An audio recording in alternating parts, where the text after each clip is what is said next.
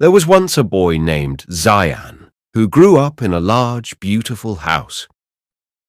His family was very wealthy, expensive cars in the driveway, fine clothes in the closets, and a big swimming pool in the backyard.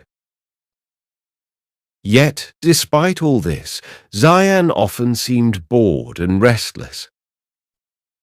One weekend, his father, noticing his son's lack of appreciation, said, "Zayan, I want to take you somewhere. I think it will open your eyes." They drove for hours until the tall city buildings gave way to green fields and dusty roads. Eventually, they stopped at a small farm where a poor family lived in a modest wooden house. The walls were cracked, the roof was patched, and the furniture was old, but the air was filled with laughter. For 3 days, Zayan and his father stayed there. In the mornings, they helped feed the chickens and collect fresh eggs. They milked the cows and drew water from a deep well. In the afternoons, they worked in the vegetable garden, their hands covered in rich brown soil. Evenings were spent sitting outside, watching the sun dip below the horizon while the children from the farm chased each other barefoot through the fields.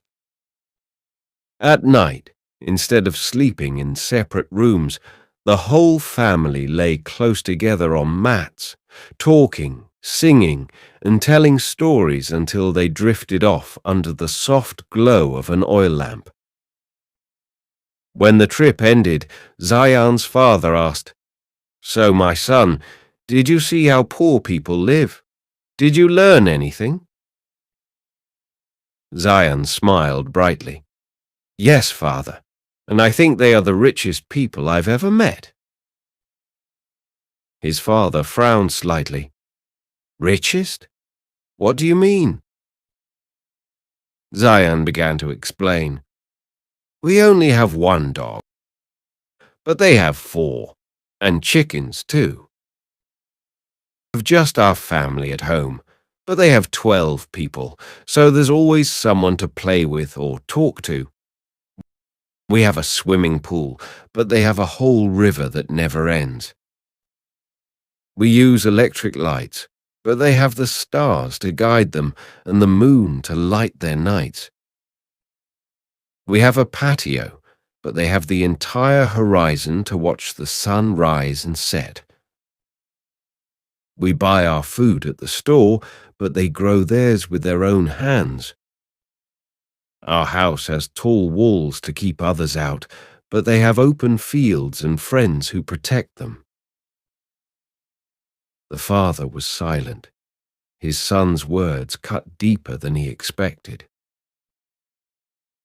Finally, Zayan added softly, "Thank you, father, for showing me how truly rich people live.